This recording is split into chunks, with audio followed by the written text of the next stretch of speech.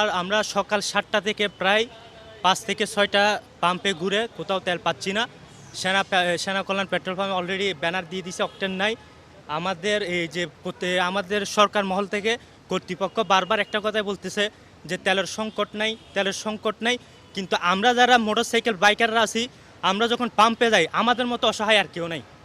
আমরা যেন তেল কিনতে আসি না, পাম্পে ভিক্ষা করতে আসি। এই যে এই পাম্পে প্রায় না হলেও ৩ ঘন্টা যাবৎ আকুতি মিনতি করে ভিক্ষার মতো করে আমরা 200 টাকা 300 টাকা তেল পাচ্ছি না। আমাদের এই করুণ অবস্থা আমরা ঊর্ধ্বতন কর্তৃপক্ষের দৃষ্টি আকর্ষণ করছি।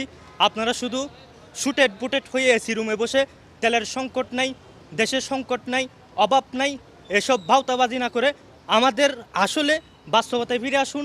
আমরা যে পরিমাণ কষ্টের মধ্যে আছি সেটা আপনারা ফিল করুন। আসছি বান্দরবন কুমিল্লা থেকে, এখন যাও বান্দরবন। এখন আমরা চট্টগ্রাম এসে আটকে গেছি পুরা গাড়ি। এখন বোতল নিয়েও ঘুরি, হেলমেট নিয়েও ঘুরি, পাম্পে এসে বসে আছি, কোনো তেল পাইতেছি না। মানে চিটাগং এসে পুরো কোনো একটা পাম্পে তেল দিতেছে না, এমনকি হাইওয়েতে কোনো তেল দিতেছে না। এই হইলো আমাদের অবস্থা। এখন আমরা যাবো কিভাবে? আর বান্দরবন তো দূরে থাক, বান্দরবন যাবোই না। এখন বাড়ি যাবো কিভাবে ওই চিন্তায় আছি আমরা। আমি আসছি আগ্রাবাদ থেকে।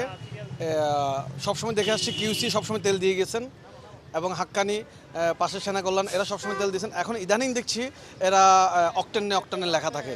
কিউসি একসময় থাকলে আরেক সময় থাকে না, হাক্কানিতে একসময় থাকলে আরেক সময় থাকে না। খান সাহেবে গেলাম, নয়াবাজার, বিভিন্ন জায়গায় ঘুরছি, কিন্তু বিনিময়ে পাচ্ছি 200 টাকা তেল। হয়তো কেউ পাচ্ছে, কেউ পাচ্ছে না। অনেক দীর্ঘ লাইন দেওয়ার পরে, অর্ধেক লাইন আসার পর বলছে অক্টেন নাই। কিন্তু আমাদের জ্বালানি মন্ত্রী সাহেব বলছেন যে অক্টেনের কোনো কমতি নেই, পর্যাপ্ত তেল আছে, আপনারা তেলের দাম বাড়াবেন না, পর্যাপ্ত তেল আছে। তার মানে কি বোঝাচ্ছে? তেল আছে, বাট আমাদেরকে তেল দিচ্ছে না কেন? এটা যদি সরজমিনে ওনারা এসে যদি চেক করে এবং প্রত্যেকটা পাম্পে যদি তেল দিয়ে যান, তাহলে আমাদের মতো মোটরসাইকেলরা কেউ বিভ্রান্তিতে শিকার হবে না। প্রত্যেকটা পাম্প যদি এভাবে খোলা থাকে তাহলে এত দীর্ঘ লাইন হয় না। এবং দীর্ঘ লাইন হওয়ার কারণ হলো যে কিছু কিছু পাম্পগুলো বন্ধ, 50% পাম্প বন্ধ, অক্টেন নাই। তাহলে এখানে কেমনি দিচ্ছে?